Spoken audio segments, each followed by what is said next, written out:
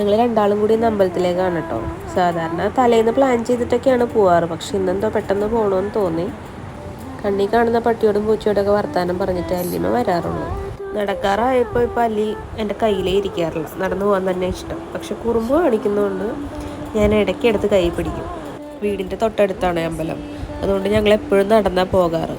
പനി ആയതുകൊണ്ടാട്ടോ സൗണ്ട് മാറിയിരിക്കുന്നത്. അമ്പലം ദേവീക്ഷേത്രമാണേ. അമ്പലത്തിൻ്റെ അകത്തൊന്നും ഷൂട്ട് ചെയ്യാൻ പറ്റില്ല, അതുകൊണ്ട് പുറത്തെ വ്യൂസൊക്കെ ഞാൻ കാണിച്ചു തരാം. കൂടുതലും ഞാൻ വിഷമിച്ചിരിക്കുന്നതായിട്ട് അമ്പലത്തിൽ പോവാറ്. അപ്പോൾ എനിക്കൊരു പോസിറ്റീവ് എനർജിക്ക് അവിടെ നിന്ന് കിട്ടാറുണ്ട്. കുറച്ച് മണ്ണ് കണ്ടപ്പോൾ അല്ലിക്ക് പിന്നെ അവിടെ നിന്ന് പോരണമൊന്നുമില്ല കേട്ടോ. ഞാൻ കൈവിട്ടതോടെ അല്ലിക്ക് സ്വർഗം കിട്ടിയതുപോലെയായിരുന്നു. അവിടെ കിടന്ന് ഉരുളുന്നു മറിയുന്നു.